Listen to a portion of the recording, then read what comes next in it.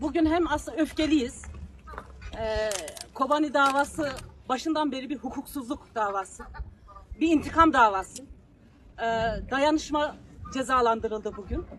Yoldaşlarımızı, arkadaşlarımızı cezaevinden bırakarak çıktık. Adalet falan sağlanmış değil. Aksine adalet bir kez daha katledildi bu dosyayla.